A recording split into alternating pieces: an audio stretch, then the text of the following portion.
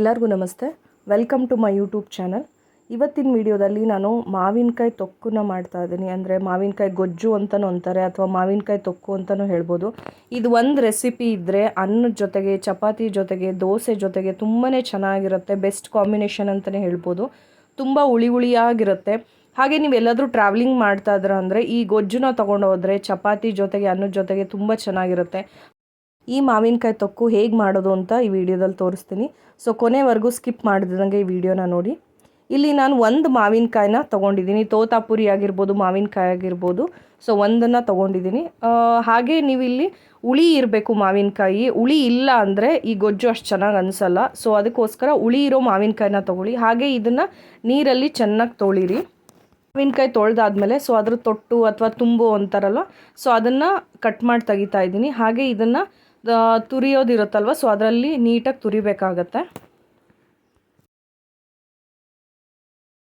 ಈಗ ತುರಿದಿದ್ದೆಲ್ಲ ಆಗಿದೆ. ಸೊ ಈಗ ನಾನು ಏನೇನು ಹಾಕ್ತಿದ್ದೀನಿ ಅಂತ ತೋರಿಸ್ತಿದ್ದೀನಿ. ಇಲ್ಲಿ 1-2 ಸ್ಪೂನಷ್ಟು ಸಾಸಿವೆ, ಹಾಗೆ 1 ಸ್ಪೂನಷ್ಟು ಜೀರಿಗೆ, 2 ಸ್ಪೂನಷ್ಟು ಮೆಂತ್ಯ ಕಾಳು, ಹಾಗೆ 1 ಉಂಡೆಷ್ಟು ಬೆಳ್ಳುಳ್ಳಿ, ಹಾಗೆ 2-3 ಸ್ಪೂನಷ್ಟು ಖಾರದ ಪುಡಿ, ಅರ್ಧ ಸ್ಪೂನಷ್ಟು ಅರಶಿನ ಪುಡಿ, ಸ್ವಲ್ಪ ಬೆಲ್ಲ ತೊಗೊಂಡಿದ್ದೀನಿ, ಹಾಗೆ ಕರಿಬೇವನ್ನ ತೊಗೊಂಡಿದ್ದೀನಿ, ಹಾಗೆ ಮಾವಿನಕಾಯಿನ ತುರಿದಿಟ್ಕೊಂಡಿರೋದು.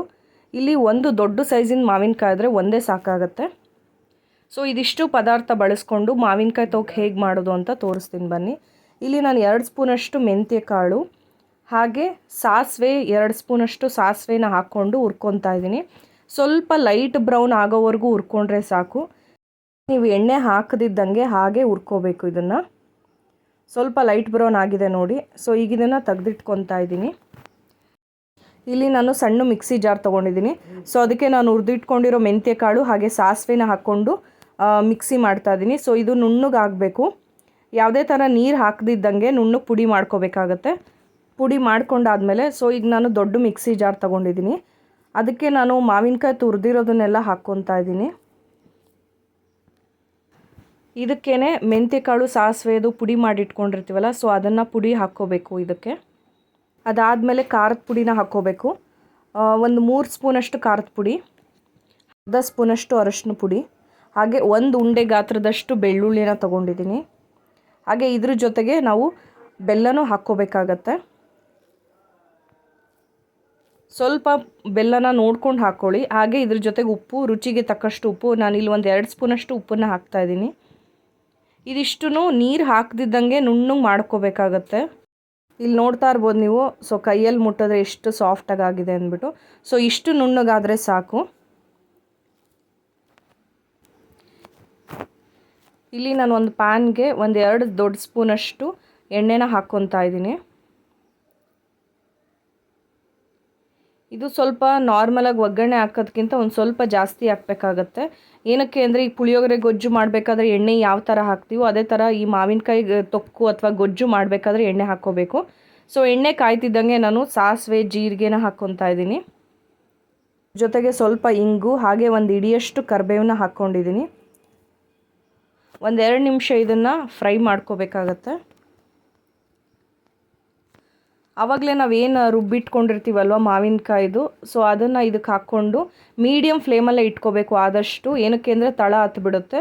ಸೊ ಅದಕ್ಕೋಸ್ಕರ ಮೀಡಿಯಮ್ ಫ್ಲೇಮಲ್ಲೇ ಇಟ್ಕೊಂಡು, ಹಾಗೆ ನೀರು ಹಾಕದಿದ್ದಂಗೆ ಇದು ಏನು ನೀವು ಮಿಕ್ಸಿ ಮಾಡಿರ್ತೀರಲ್ವ, ಸೊ ಅದಿಷ್ಟು ನೀವು ಪ್ಯಾನಿಗೆ ಹಾಕ್ಬಿಟ್ಟು ಬಿಸಿ ಮಾಡಬೇಕು.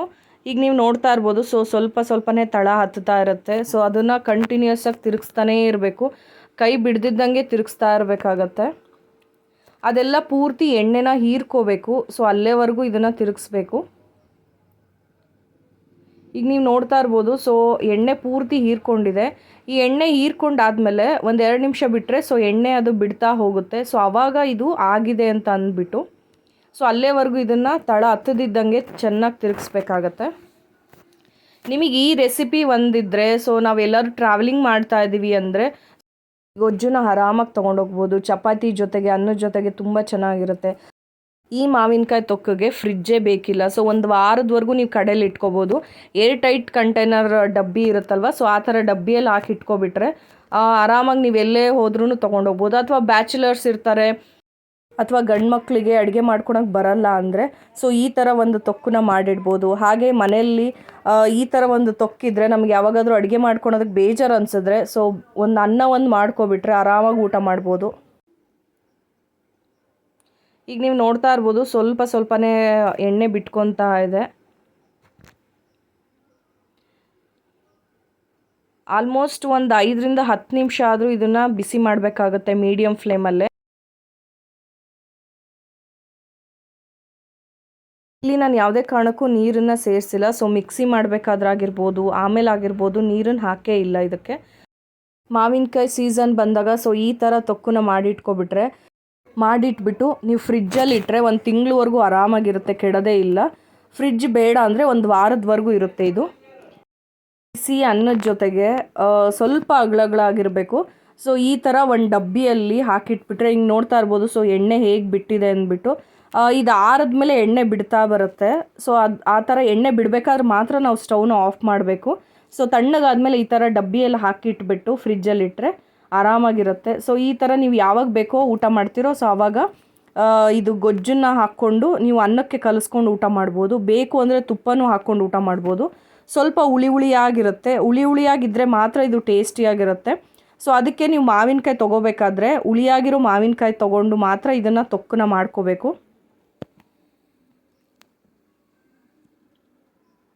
ಎಲ್ಲಾದರೂ ಹೊರಗಡೆ ಹೋಗ್ಬೇಕಾದ್ರೆ ಸೊ ಈ ಥರ ಚಪಾತಿ ಏನಾದರೂ ಮಾಡಿಟ್ಕೊಂಡು ಈ ಡಬ್ಬಿನ ತೊಗೊಂಡೋಗ್ಬಿಟ್ರೆ ಆರಾಮಾಗಿ ತಿನ್ನೋದಕ್ಕೆ ಚೆನ್ನಾಗಿರುತ್ತೆ. ಸೊ ನಿಮಗೆ ಈ ರೆಸಿಪಿ ಇಷ್ಟ ಆಗಿದೆ ಅಂತ ಅಂದ್ಕೊಂಡಿದ್ದೀನಿ. ಸೊ ನೀವು ಈ ರೆಸಿಪಿನ ಸೇವ್ ಮಾಡಿಕೊಂಡು ಮಾಡ್ಕೊಳ್ಳಿ, ತುಂಬಾ ಚೆನ್ನಾಗಿರುತ್ತೆ. ನಿಮಗೆ ಈ ವಿಡಿಯೋ ಇಷ್ಟ ಆಗಿದ್ದರೆ ಪ್ಲೀಸ್ ಲೈಕ್ ಮಾಡಿ, ಶೇರ್ ಮಾಡಿ, ಹಾಗೆ ಸಬ್ಸ್ಕ್ರೈಬ್ ಮಾಡೋದನ್ನ ಮರಿಬೇಡಿ. ಎಲ್ಲರಿಗೂ ಥ್ಯಾಂಕ್ ಯು.